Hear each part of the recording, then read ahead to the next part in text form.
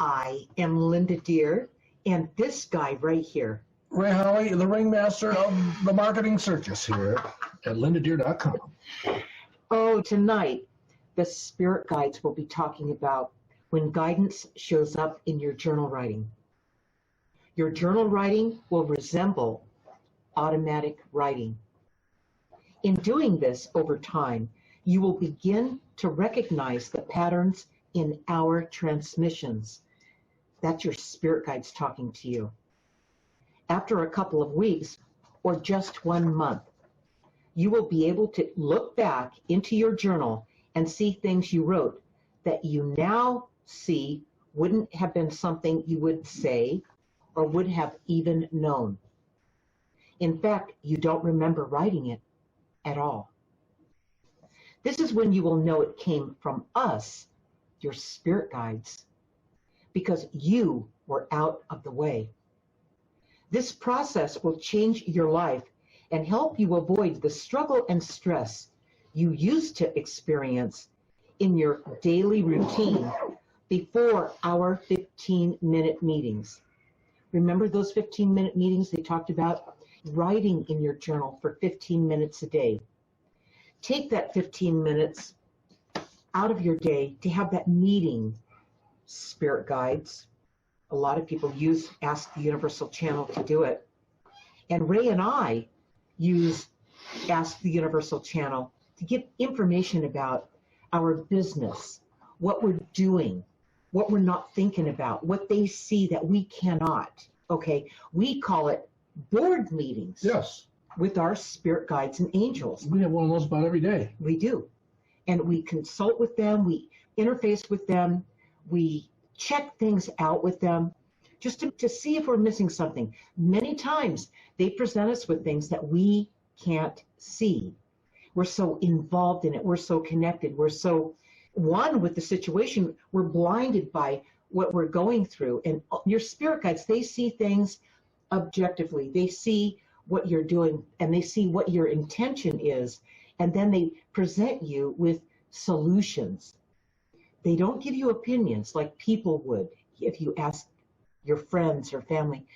They give you solutions. They get right to the point. And that's what's so nice about working with them. They see it for what it is. They see what is, all right? And they're always present. They're always in the now. That's just so clean.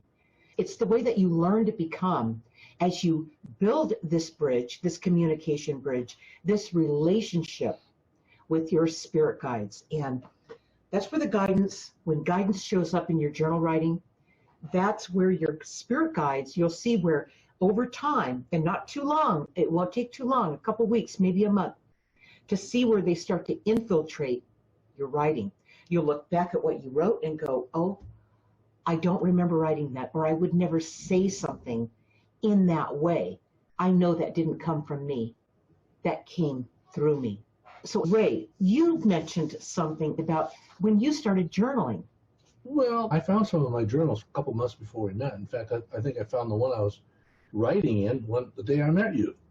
When I looked back, when I dug out those journals right before we met, I looked back and I realized a couple of things. I don't talk like that. The way you wrote in the journal? The words in the journal. Right. I don't talk like that. Right. And I don't remember writing that. And it was prophetic. So what was prophetic about it? It was, mostly about relationships, because I was not in a good relationship. So I read things and listened to things about relationships and made some notes, things like that. My next relationship would be like this. This is what I wanted my next relationship to be. And then you showed up. And what did you write about what you wanted in your next relationship? I don't remember word for word, but I'm going to go dig them out. And I remember that it was prophetic. It was shockingly prophetic. Yeah.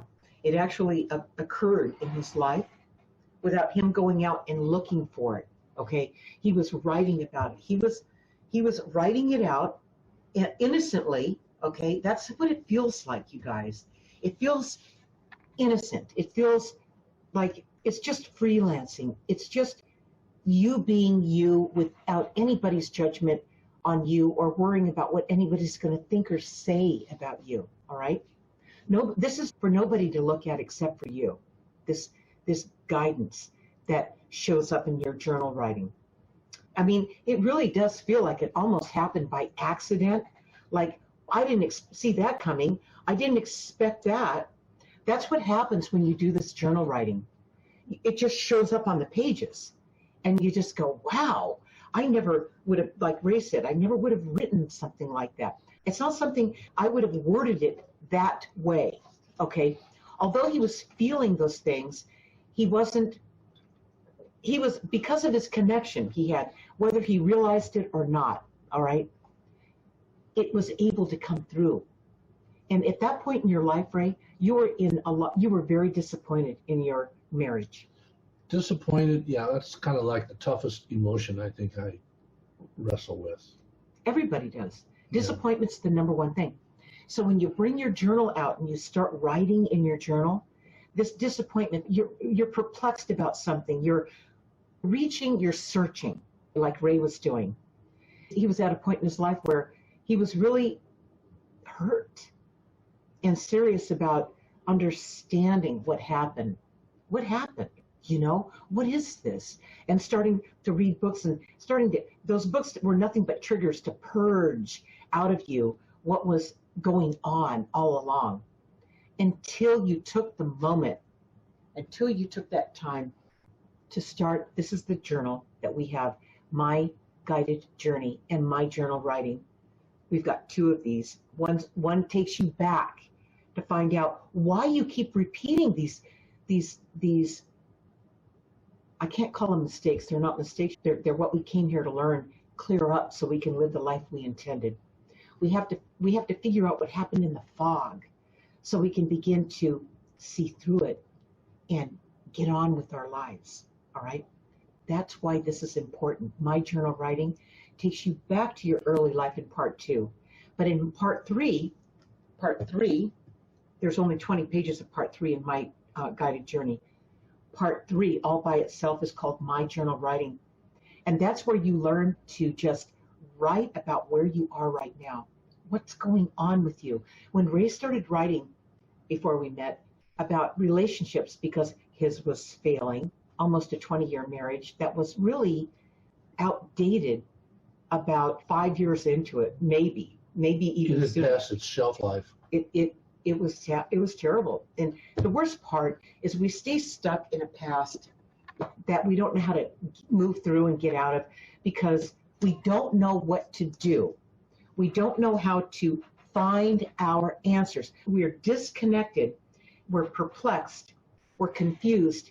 We're scared. And we're heartbroken. And it keeps you from finding the answer as long as you stay in that quandary. All right? I wasn't looking for answers as much as I was looking for explanations, because I wasn't looking for a relationship. Well, answers and explanations. What's the difference? Yeah. You see? Well, an explanation of why. Why? Why is this going on? Why did this happen? You know, how can I pick better maybe next time? You know. What was your part in it? What was my part in the relationship? You know. Where did you fail in it? What did you miss? Yeah. Okay, that type of thing. All of a sudden, the things that we did in the relationship that seemed to be maybe needing to be right was more important than the love. Right. And when that happens, the relationship is really over. All right. When needing to be right is more important than the love in that relationship, it's over. And your journal writing will show you that. When you do this journal writing and guidance shows up in your journal writing, one thing that you have to be ready for and okay with is the truth. The truth. Because your guidance will always show you the truth. They know you can handle the truth. You've been hurt enough where you're ready for that. Where has some of your journal writing shown up in your life later on? And some of the pointers that come up about what will trigger you when you get the journals, okay? When you get these journals. This is my journal writing. This is book number 3, part 3 of that system. And what it'll ask you things like where you got this guidance. Did it come from a dream? Did it come from when you were walking somewhere, driving somewhere, in the shower, washing your hands, or a song you heard that you haven't heard in a really long time? It happened to come up at just the right time in your life where you go, oh my, that song is singing my song right now. Or from a person, a person that comes up that maybe you'll never meet again. We call them agents for the divine that come in and just say something to you, to trigger you, to get your attention, and then move on. You never see them again, okay? So it's how the universe works. Or daydreaming. Daydreaming would also include self-talk. You'll be walking along and all of a sudden you'll start saying something to yourself, going, and you'll go, I hope nobody saw me do that. You know, someone catch you doing it, right? Like when you were a little kid and they'd ask you, who are you talking to? All right, something like that. That's also guidance coming through. Every bit of this is guidance. You know what's interesting about talking to yourself, you know, when somebody catches you doing that? Yeah. Who are you talking to? Well, it doesn't really matter who you're talking to, but the fact that you're talking to somebody else, someone's there, means that there's somebody else besides you. You may not understand it. Is it guidance? Where is it? Somewhere out in the universe trying to reach me, trying to tap in so that they can finally get through to me. The possibilities are unlimited. I've had it all happen to me, and I talk about it in Guided. I mean, it's unlimited. So the things that are really, really important are the things that you find are unusual or out of the ordinary. That's right. Little tiny things that you blew off. Yeah. Something happens. Oh, well, that was weird. Oh, yeah, that was really out of the ordinary. And you just blew it off, and you didn't write it down. And then it happens again. You know when that happens? Ray makes a great point here.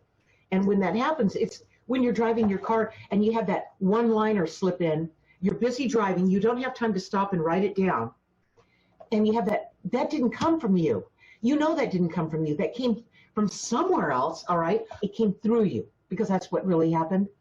So what do you do when you're driving your car or you're in the shower and you have that guidance, that insight, that brilliance come through? Didn't come from you. Or how do you harness that so it doesn't slip through and miss it again?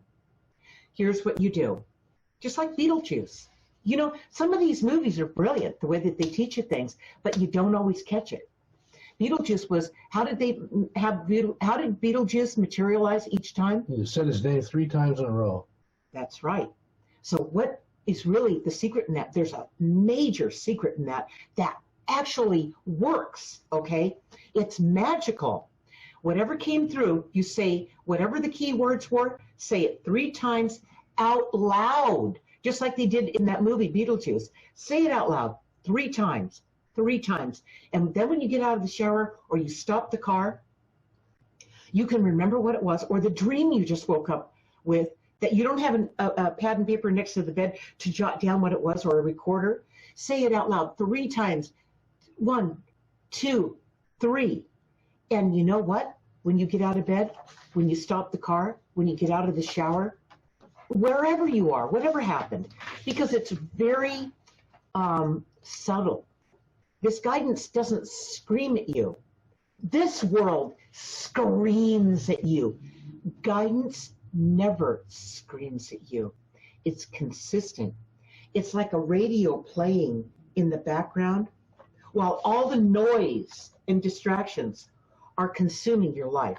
If you just slow all that down, cool it down out there, so you can begin to hear the radio playing in the background, that's subtly playing all the time. That's the guidance. That's how you reach the guidance. People have told you, you can't do that. I want to do that. You know. Right. You tell kids they can't do something, that's what they want to do. No, they're going to do it anyway. Right. A kid will go out and they'll look at you like you're not getting it. And the person who said that to the kid doesn't get it. They're telling you to stop learning, because when you come here as a new person, they learn through experimenting with things. We all, in fact, throughout our lives, that's how we learn. And through those experiments, they have experiences. Good ones, bad ones.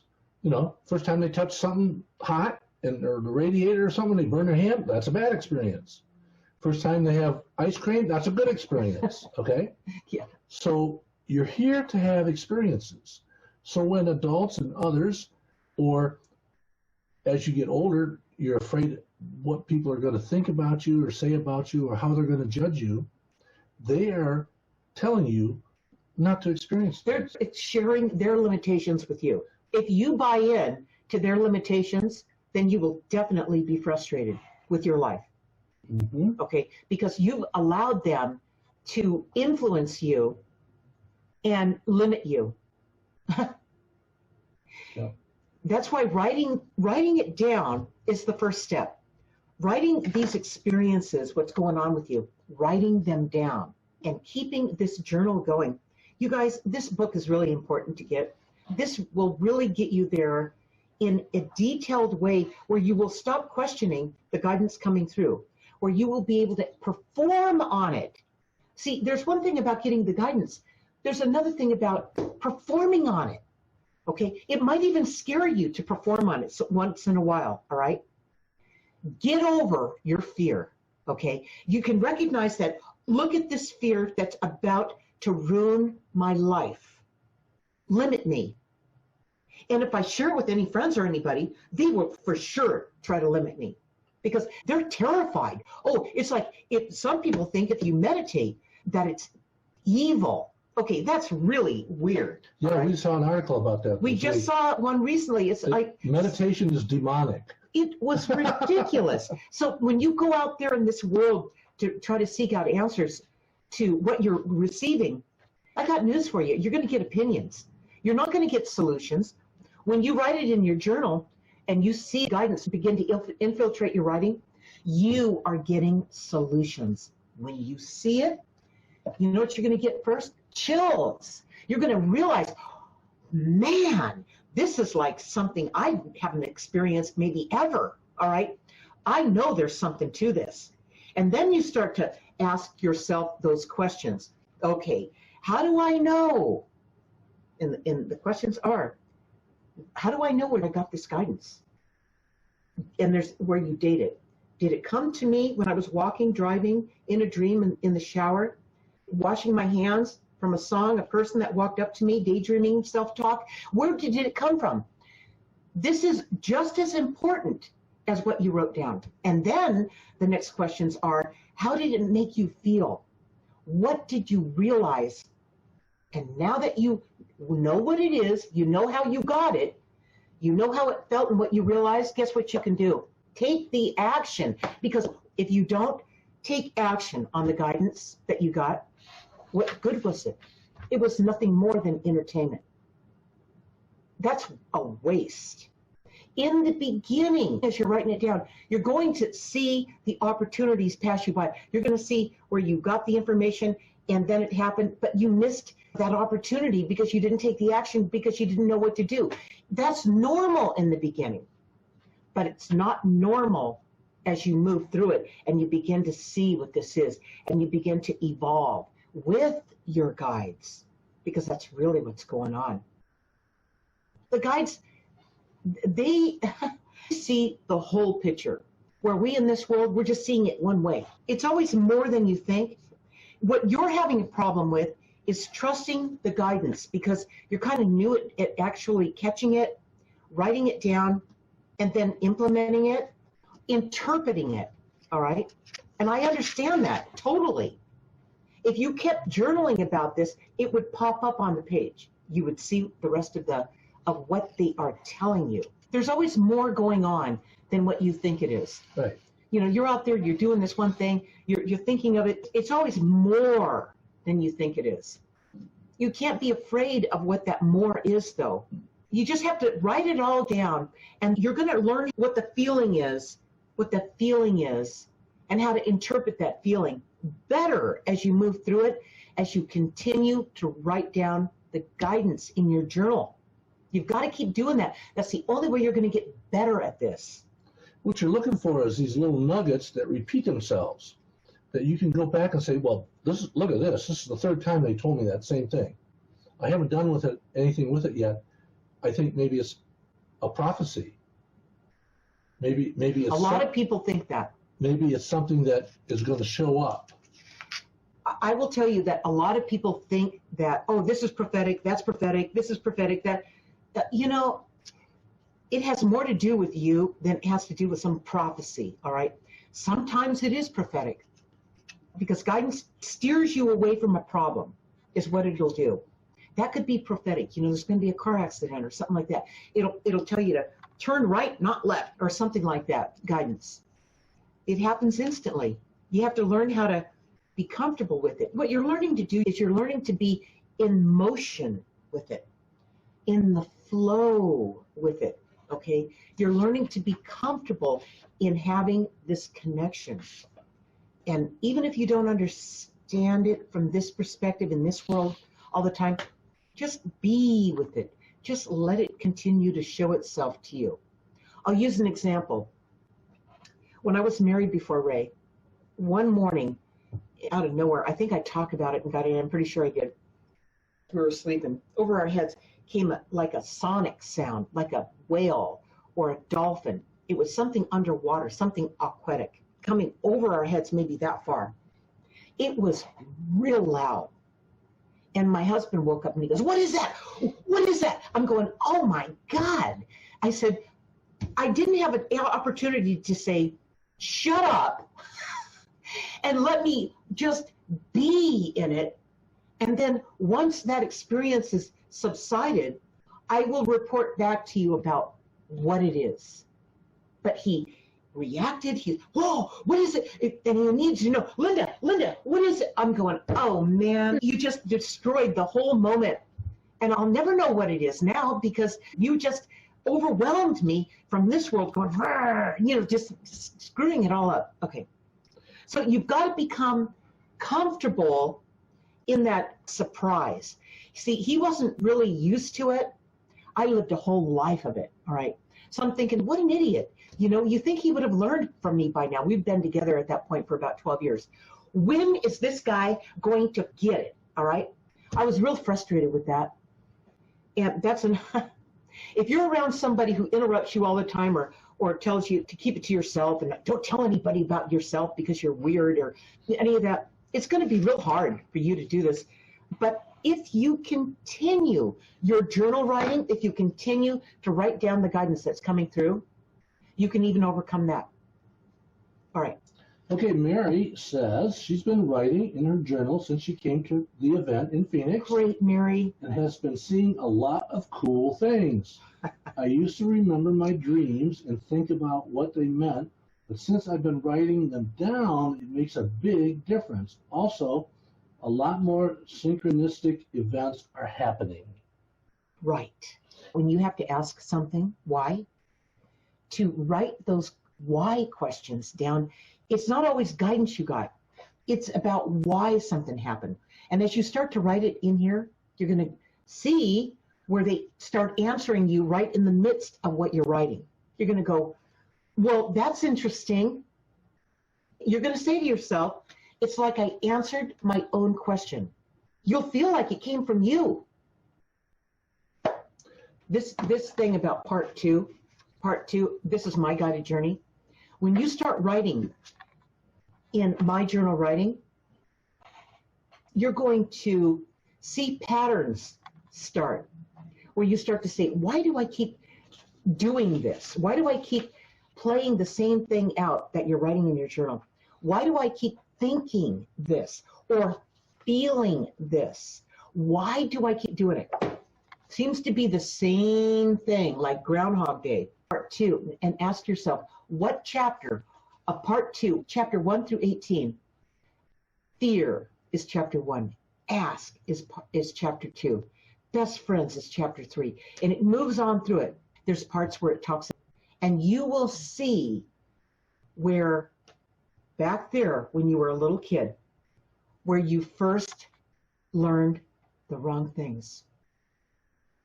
And that's why you keep making the same decisions. I'm going to say, you can't call them mistakes. They're not mistakes. They're just decisions you made early on that when in this world, the people who were here before you, your parents, society, peers, teachers, whatever, put something in your head that affected you in some way that shut you down. It limited you. Now, when you try to make that decision, or you're in that situation where you're trying to move through it and be all you can be in that moment, but you can't, it happened back there. That's why chapter 1 through 18 was created, so you guys could find what that is. And there's an associated video with each one of those chapters that you'll read about in the book, where you can find it. To watch that video first before you start writing in part 2, because it will get you in the right mindset. It will empower you instead of making you feel, ooh, that hurt and I'm scared. And it will take the victim out of the perception of what happened. Now that you're older, you can see what happened, instead of becoming that helpless, fearful child that's stuck in it. You can't help anyone by going where they're at, including yourself. If you go back to that victim role, you have no power. The point is, until you really heal what's hanging you up, can you really be fluid moving forward? Right. And that's the whole point to this whole system, all right? Listening to guided or reading guided first is real important, because it sets the groundwork for what this is and what's possible when you take your journey. Everybody needs that guidance to work through it, to identify what it is, and to know what applies to you and the timing that's perfect. It's always there.